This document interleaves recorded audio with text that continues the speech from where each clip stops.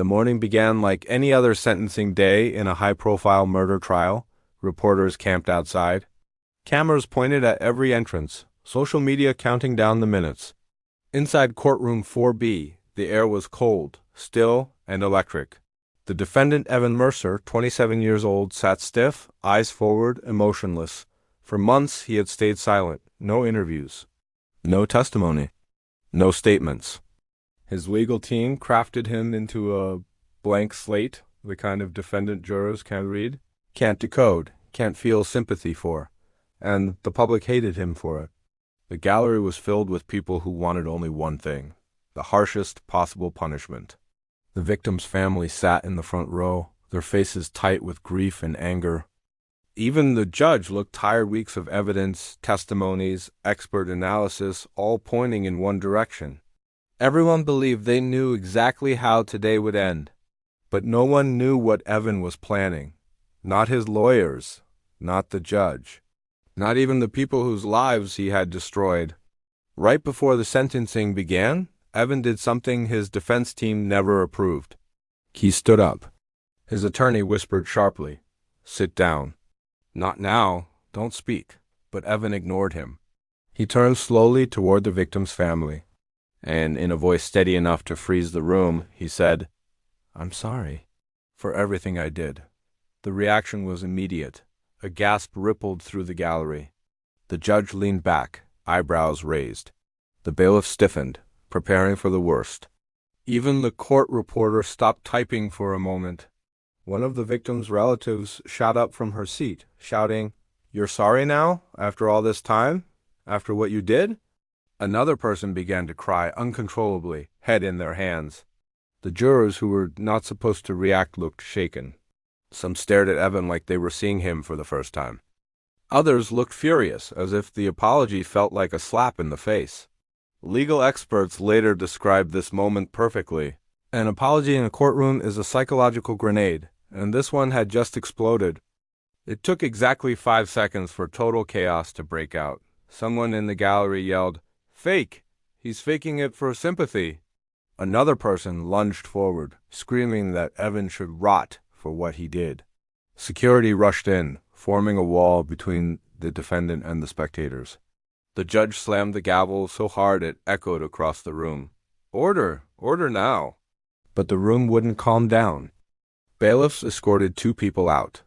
A reporter nearly dropped his phone trying to record everything.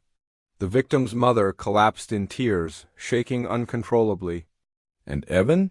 He just stood there, silent again, expression unreadable. Was it remorse? Was it manipulation? Or was it a last-minute attempt to sway the judge before sentencing? No one knew.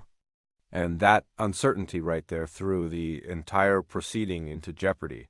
Within 8 minutes, the apology hit Twitter, TikTok, Instagram, and every online news outlet. Clips of Evan saying, "I'm sorry," were everywhere. The internet did what the internet always does. Team, he's manipulating everyone. He planned this.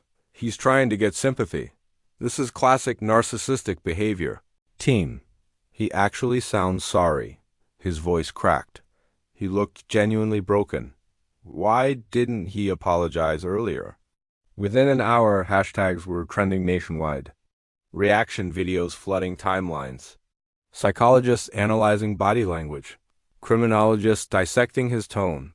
Legal experts debating whether this apology could cause juror bias, sentencing delays, possible mistrial, grounds for appeal. This wasn't just a court moment anymore. This was a national spectacle. And the courtroom was still reeling. Even though jurors had been dismissed from the trial phase, many were still in the building for the sentencing. A bailiff later reported, "They looked shaken." Some couldn't stop talking about it. One juror said privately, "If he had apologized earlier, things might have been different." Another said, "I don't trust anyone who apologizes at the last minute." These reactions mattered a lot, because a defendant's behavior in court can influence maximum sentencing recommendations appeals. Public pressure on the judge, and in this case, the apology muddied every bit of clarity the case once had. Within 24 hours, the country was split in two. Side 1, This was a stunt. People believed the apology was timed too perfectly, too dramatic, too convenient. They argued, if he felt remorse, he would have apologized months ago. Side 2. Everyone deserves a chance to be sorry. Others believed remorse can sometimes surface right before reality finally hits. Maybe the verdict made everything real to him. Maybe seeing the family broke him. Debates raged for days on live streams, podcasts, and news panels. Legal analysts warned that the apology could influence sentencing, complicate appeals, affect public trust, create long-term division, and psychologists weighed in too. Genuine remorse is hard to measure, but performative remorse? That's easy and dangerous. When the court reconvened hours later, the judge looked exhausted but determined. He addressed the room. Remorse, whether genuine or strategic, cannot derail the principles of justice. Then he looked directly at Evan. The apology you offered today leaves this court with more questions than answers, and with that, Evan received life in prison without the possibility of parole. The room exhaled as if a giant weight had lifted. But the apology didn't disappear. To this day, legal scholars still debate whether it hurt Evan or helped him. Some believe it nearly triggered a mistrial. Others think it added years to his sentence. A few argue it changed nothing. But everyone agrees on one thing. It was one of the most shocking courtroom moments in recent history.